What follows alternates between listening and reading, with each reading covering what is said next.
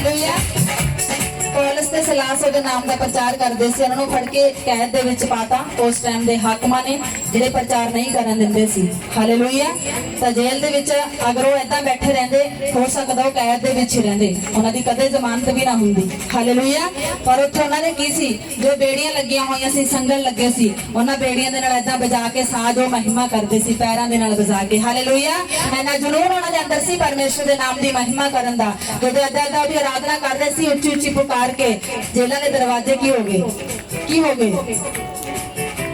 फटाक देने खुल गए। हालेलुया। क्योंकि जिंदा महिमा कर रहे थे पवित्र आत्मा ने विच भर के, अपने आप जेलों के दरवाजे खुल गए। दरोगियां दे बस दी गल नहीं रही, दूत आया तो उन्होंने बाहर कढ़ के लै गया। ओह जी महिमा करनी यहोवा दे नाम दी। ताड़ी मारी यीशु दे लई।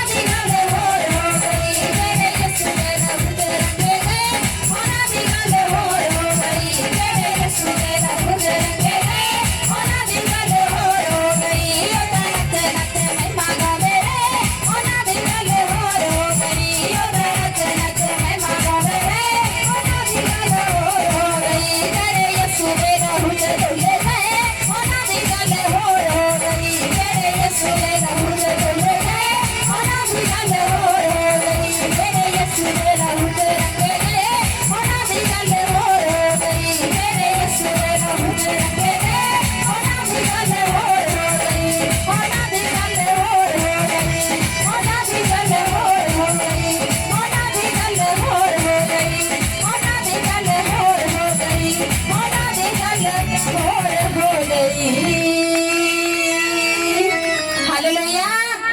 हालेलुया। जोरदार ताड़ी मारिए परमेश्वर के नाम की।